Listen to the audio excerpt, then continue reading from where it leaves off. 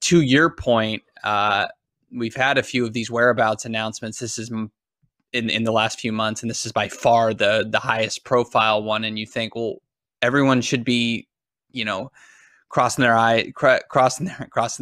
T's and dotting their I's here because they're at home. They're not going anywhere. They're not competing. What excuse do you have to be missing tests? We don't know when these happened. They could have been dating back to last year.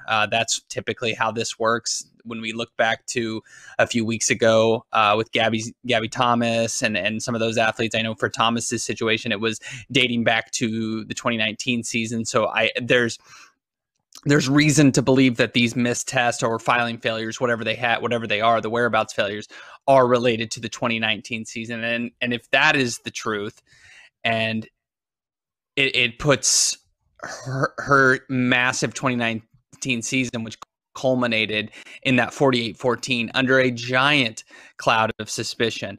I remember being in Doha and she won and she ran that spectacular time and everyone was asking her about placed her in the proximity of the two women above her.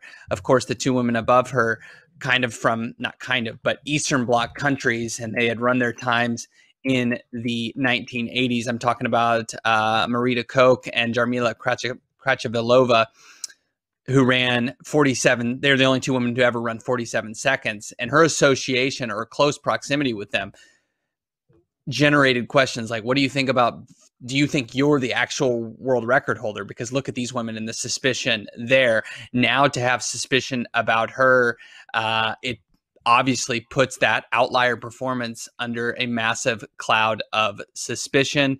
She had been good before. This isn't a situation where she came out of nowhere, but she had never broken 49 seconds.